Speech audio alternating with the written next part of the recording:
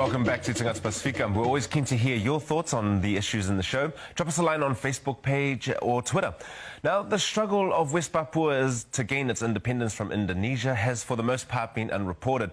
An international media ban has kept a lid on what's been going on over the past 50 years. But thanks to social media and Papuans in exile, what's become known as the Forgotten War is slowly coming to light. Tangolotele Osone Okisene has this story. The plight of West Papua can't be ignored when you witness guerrilla-style performances like this one at Wellington's Pasifika Day this year. Mary Joko Bonifacio is one of the few West Papuans living in New Zealand. From a young age, she lived with her parents in political exile. I don't feel right. You know, I've looked at how my parents have been very educated, but have to leave everything behind and go to a foreign country, learn a different language, and start all over again, just because of safety for us children. The island of New Guinea is the largest in the Pacific. The east is part of Papua New Guinea, and the west has been governed by Indonesia since 1963. They laid claim to it from the Netherlands, despite the desire by local Papuans for autonomy. Rich in resources like timber and gold, Indonesia's had a ruthless control over the region, with numerous allegations of brutal repression. All West Papuans want is freedom. We're an island that's rich in resources. We have the world's largest gold mine, and there's vested interest in it. So any trouble on that island, it would be more of a hindrance to the wealth of Indonesia.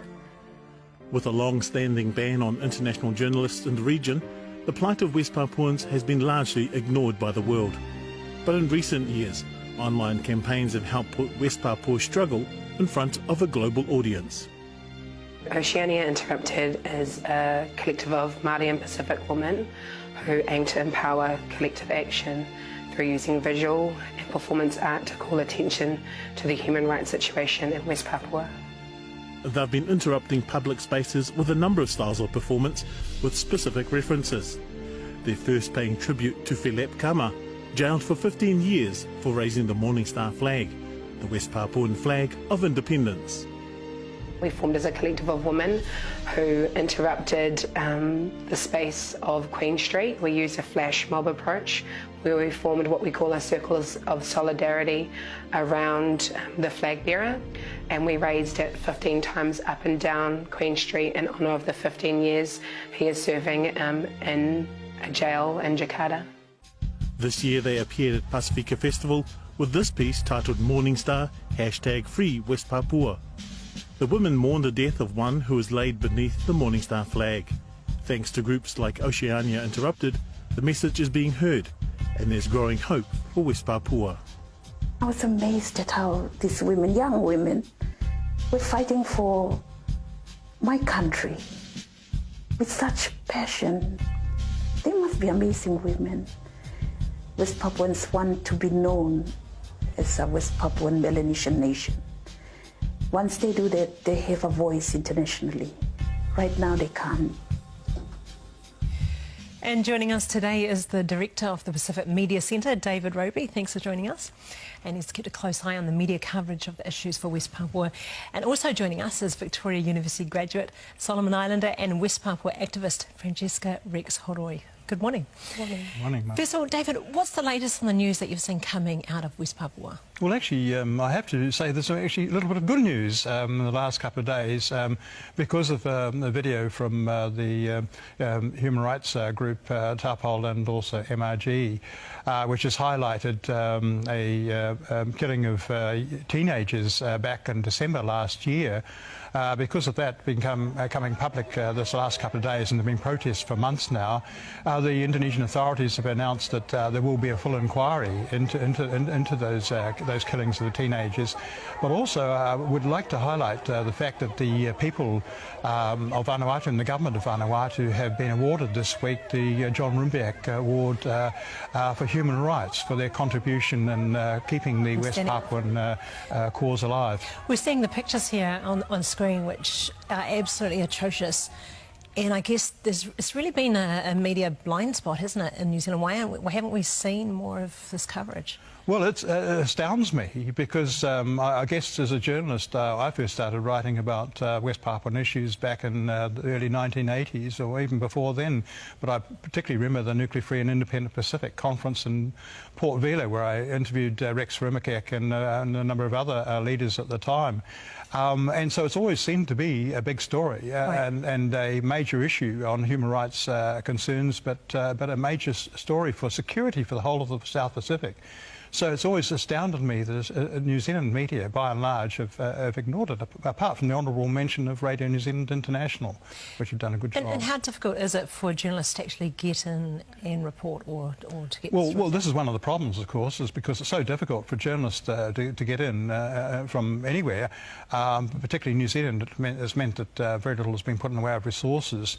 Largely, journalists have had to go in undercover up until about 2 years ago, and there was a change of policy by the Indonesian authorities, and they said, well, we've got a more enlightened policy now, and it is possible to go into West Papua.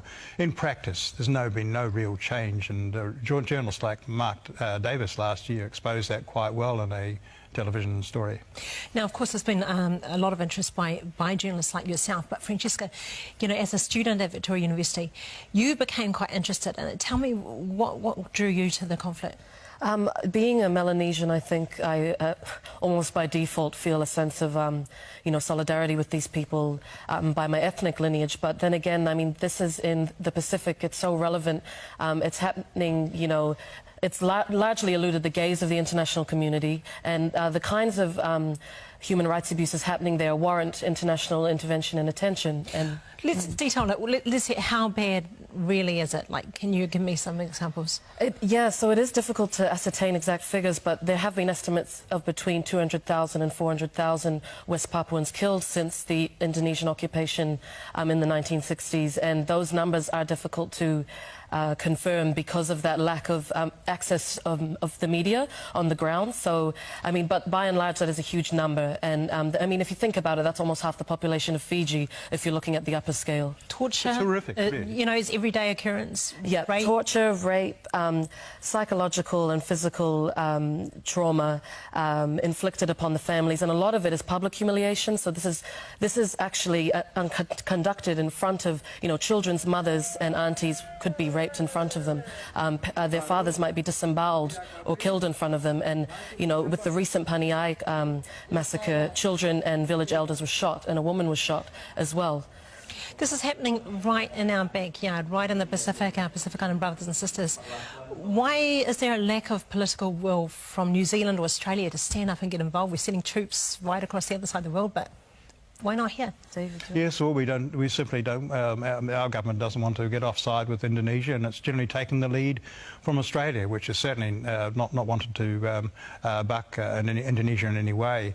And it's actually, I think there's been a change, though. I really detect a change in the last few months, perhaps even to the last year or so, with increasing social media sort of evidence. And I think there's an example with this video that came out about the Paniai massacre that's typical of the sort of information and the evidence that's now actually coming out into the public arena. I definitely think being able to see the stuff that's happening there, that people are, you know, whether it's students or cell phones and stuff. But how disappointed are you, Francesca, that New Zealand's not doing more? For me, it aggravates me. Being a New Zealand citizen, my mother's a New Zealander, my father's a Solomon Islander, and both parts of me are in conflict with this issue. And New Zealand is a Pacific Island nation, essentially. You know, we are made up of 2 islands. We have the Maori indigenous people, and the cry of freedom of the West Papuan people echoes the cry of freedom of many other indigenous communities, the Aboriginals in Australia, the Maori in New Zealand, South Africa, you know. This has happened in East Timor even as well, and we should be taking a stance on this. What can we do? What can the everyday New Zealand Pacific Islander do? You know what to do, whatever your occupation is, whatever your passions are, whether you're an artist, a musician, whether you work, you're a businessman, in your communities you can get involved. Encouraging a dialogue on this, a talanoa, kōrero, with people you know, your family, is a step in the right direction. You know, the West Papuan freedom fighter Benny Wenda said any word on West Papua is a step in the right direction. Francesca, David, thank you both for coming in. We really appreciate it.